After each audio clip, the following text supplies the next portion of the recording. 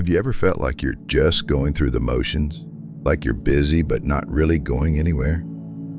That's what life feels like when you don't have a firm purpose.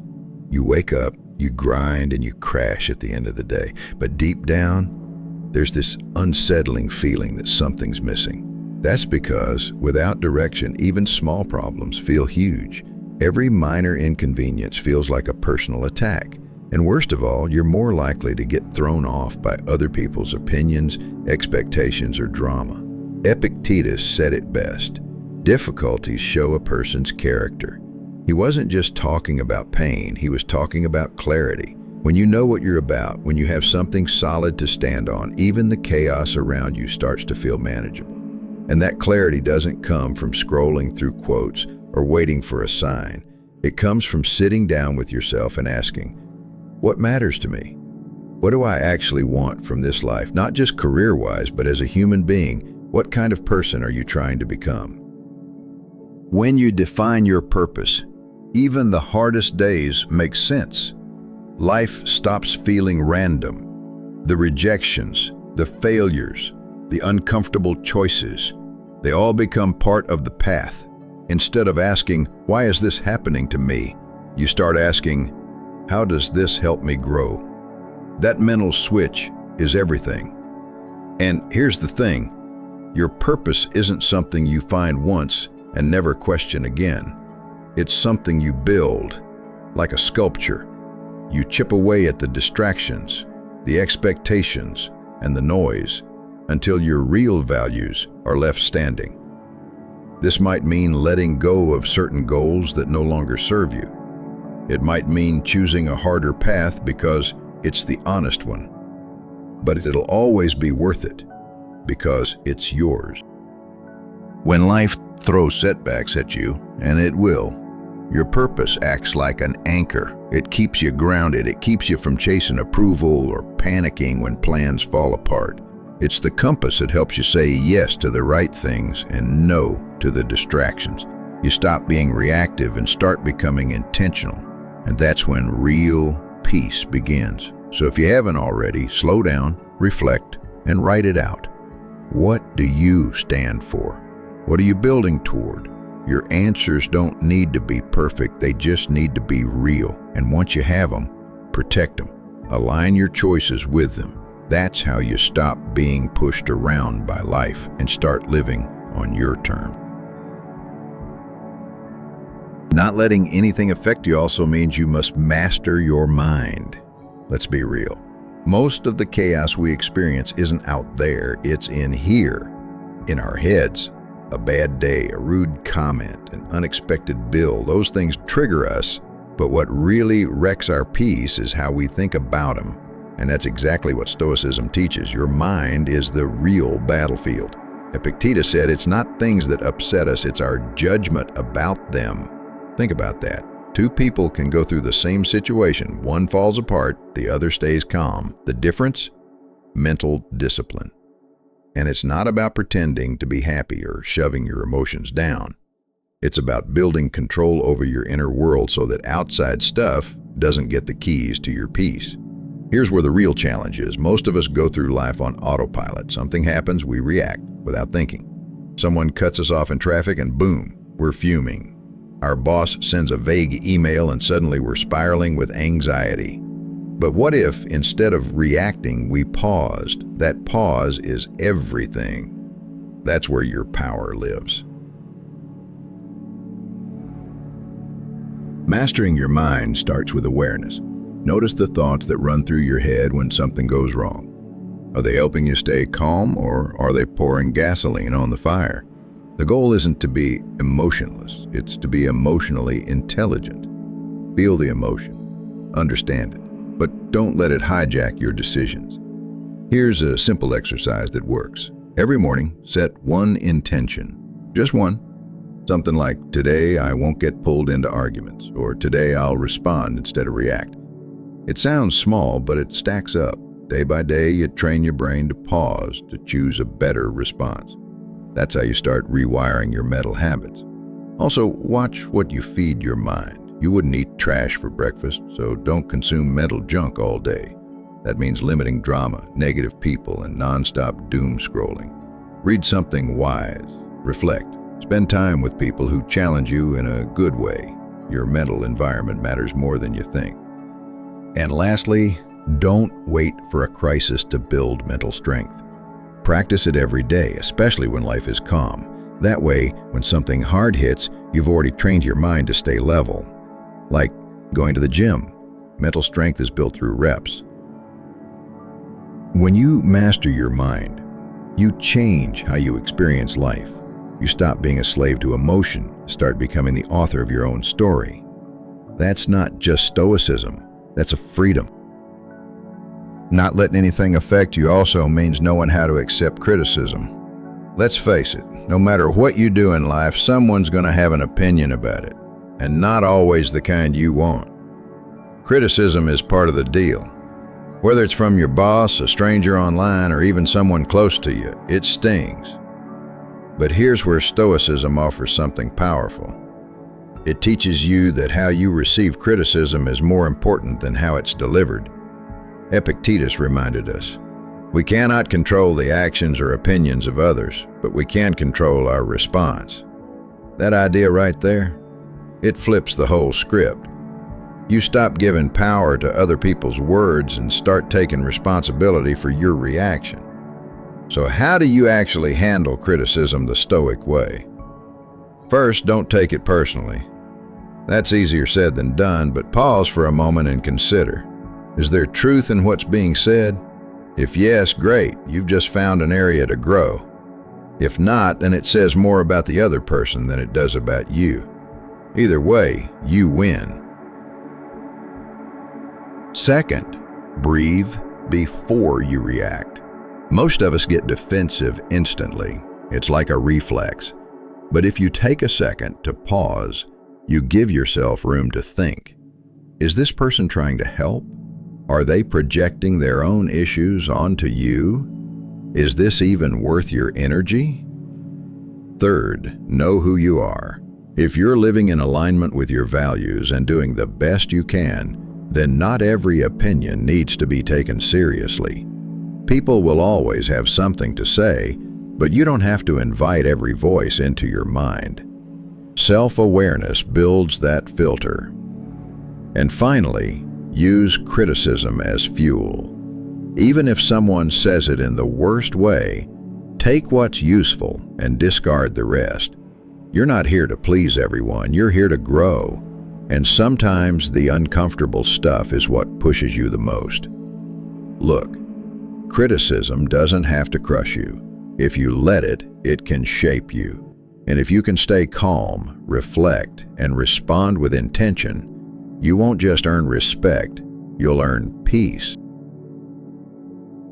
You must also use insults as a fuel for growth. You've been there. Someone says something rude, unfair, or just plain disrespectful, and boom, it hits you. That burn in your chest, the racing thoughts, you replay it in your head thinking of what you should have said. Offense is a sharp emotional reaction, and it can eat at you if you're not careful.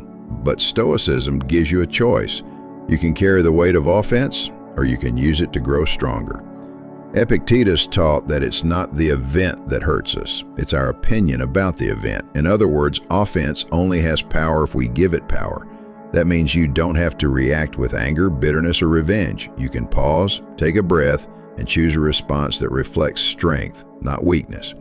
Here's the truth. People act out of their own issues. Their bad mood, insecurity, or past pain has nothing to do with you. When you learn to separate their behavior from your identity, you take away their power to hurt you. It's not about letting them off the hook. It's about protecting your peace. Start by reframing the offense. Instead of saying, I can't believe they said that, try, that's interesting. I wonder what's going on with them. Shifting the lens from emotional to curious flips the script. You turn from a victim into an observer. You start seeing patterns, not just punches. Also, don't hold on to it. Carrying offense is like carrying a backpack full of rocks. It only slows you down. Forgiveness isn't saying what they did was okay. It's saying, I'm not letting this define me. Letting go doesn't make you weak. It makes you unshakable. Another tip, use it as feedback. Even if 90% of what they said was garbage, Maybe there's 10% you can use. Growth comes from asking, what can I take from this to become better? That's Stoic strength, not to crumble under offense, but to turn it into fuel. Last thing, protect your space. Guard your peace like it's gold. If someone repeatedly offends you with no desire to grow or connect, create distance, not out of hate, but out of self-respect. Another thing you also need to do is overcoming these two feelings, which are fear and shame. These feelings don't always scream, they whisper. They make you second-guess yourself, avoid opportunities, and shrink your potential without you even realizing it. But here's the Stoic truth. Both fear and shame are illusions we create in our minds, and that means we can unmake them. Epictetus said that we are disturbed not by events, but by the views we take of them. That includes how we view failure, embarrassment, rejection, all of it.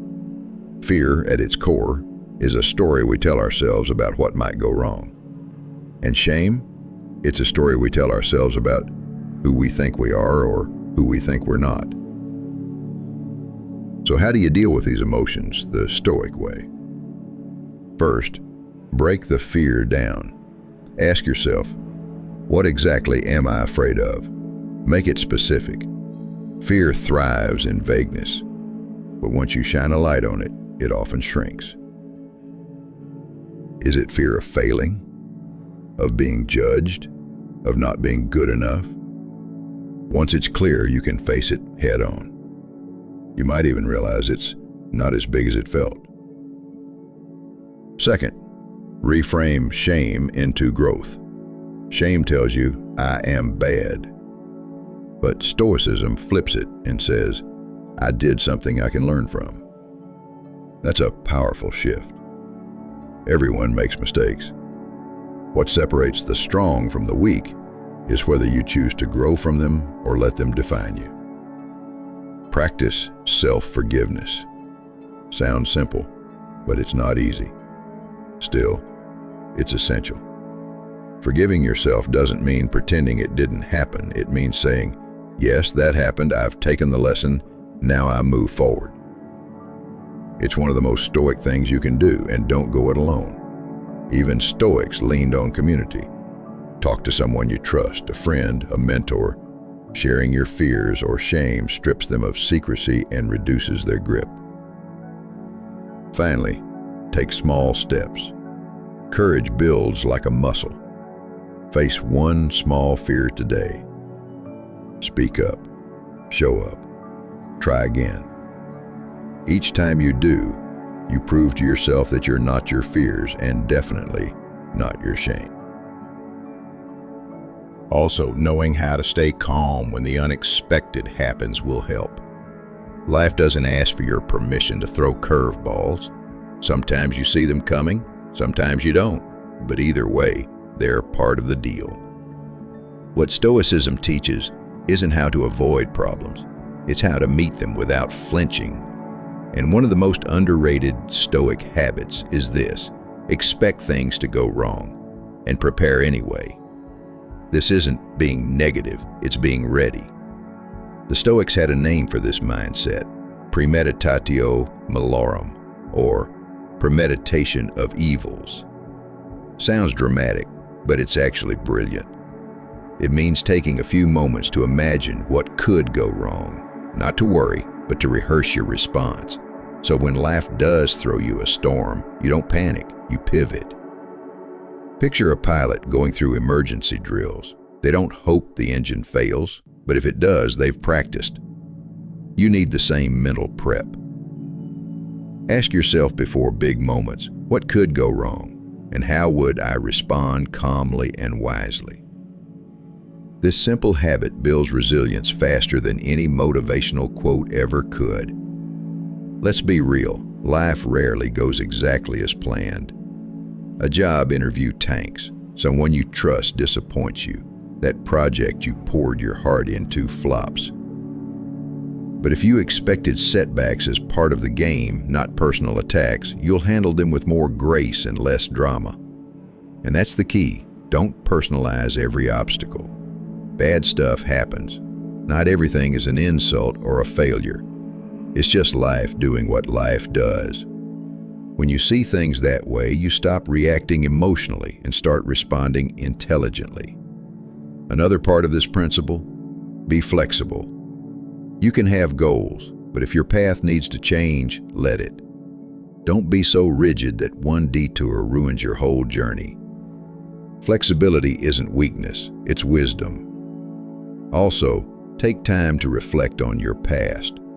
What obstacles have you already overcome? What strengths did you discover because of them? That's evidence, proof that you can handle more than you think. So no, you can't predict every storm, but you can build a mindset that's calm, prepared, and unshaken when the winds come. Building inner strength and emotional control will really help. When everything around you feels chaotic, your only real power is what's happening inside you. That's the Stoic secret weapon, inner strength. And no, it's not about pretending things don't bother you. It's about knowing that even when they do, they don't have to control you. Epictetus said, "It's not what happens to you, but how you react to it that matters." That's the game right there. You can't stop people from being rude or plans from falling apart, but you can build a kind of emotional control that makes you unshakable. And this isn't a gift some people are born with. It's a habit, a skill, something you train like a muscle. So how do you build that kind of strength? First, know your triggers. What situations set you off? What comments instantly frustrate you? Don't judge yourself for reacting. Just become aware of it. That awareness gives you space. Space to pause, space to choose. That pause, it's everything. In that tiny space between what happens and how you respond, you take back control. You don't have to yell, you don't have to panic, you don't have to spiral. You can breathe, think, choose differently. Second, practice self-regulation. When you feel an emotion rising, don't suppress it, but don't let it drive either. Try grounding techniques, deep breathing, taking a walk, counting to 10. These small habits train your nervous system to stay calm under pressure. Third, remind yourself daily, you're not your emotions. You have emotions, they don't have you. Anger, sadness, fear, they're signals, not commands. You get to decide what to do with them. Building inner strength also means having a sense of purpose.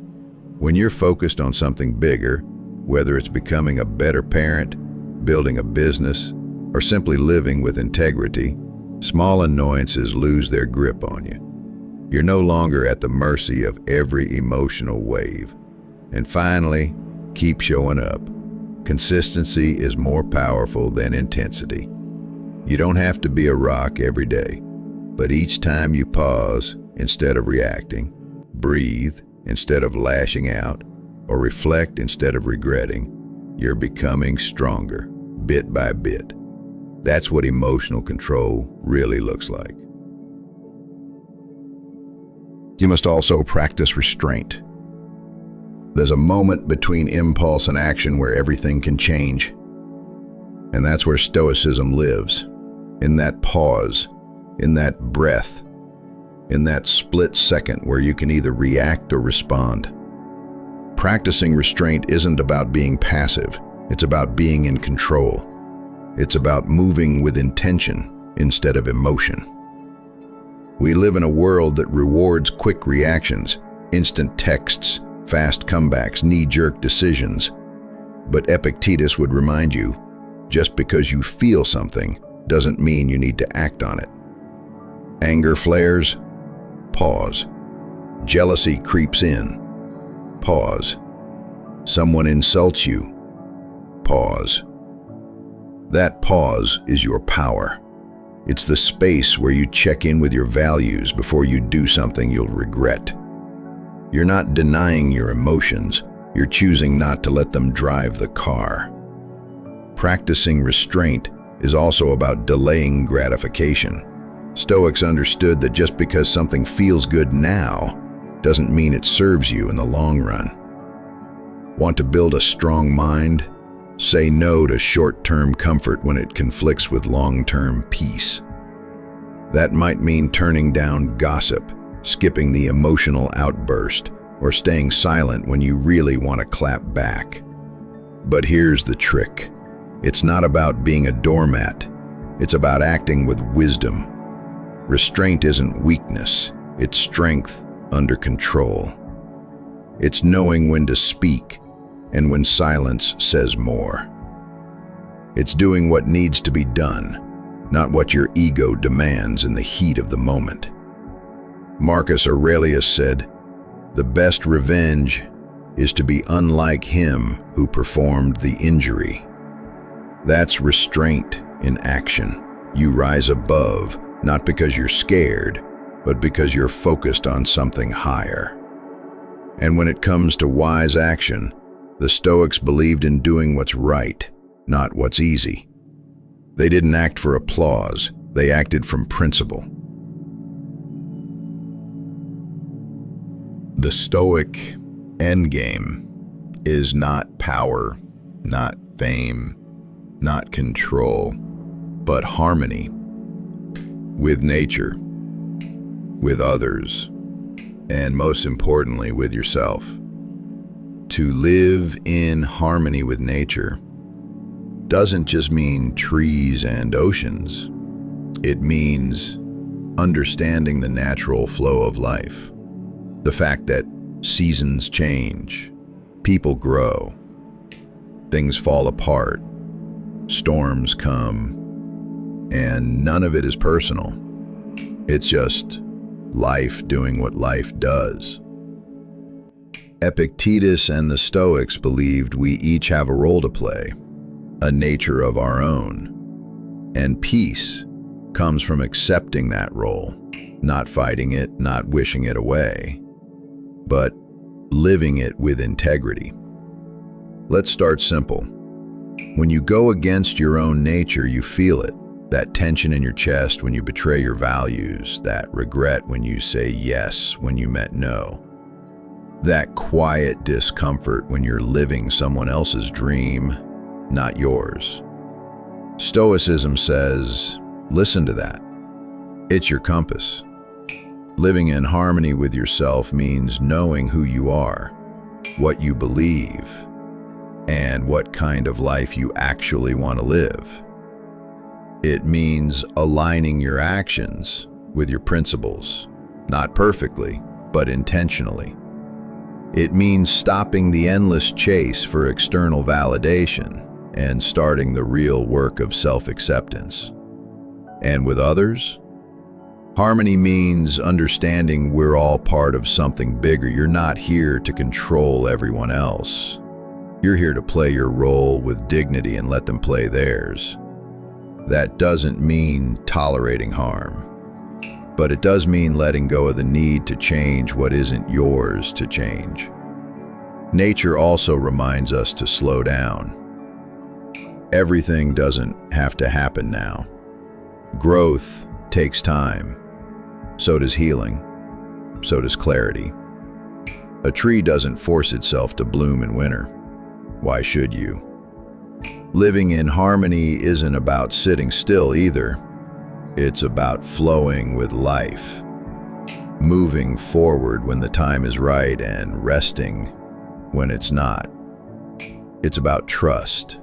Trust that life doesn't have to be forced. That if you align your values, your effort, and your energy, you'll be exactly where you're meant to be. And when you start living this way, authentically, patiently, with presence, you'll notice something strange. You feel lighter, calmer, clearer, because you're no longer fighting the current, you're floating with it. That's real Stoic peace, not from escaping the world, but by finally syncing up with it.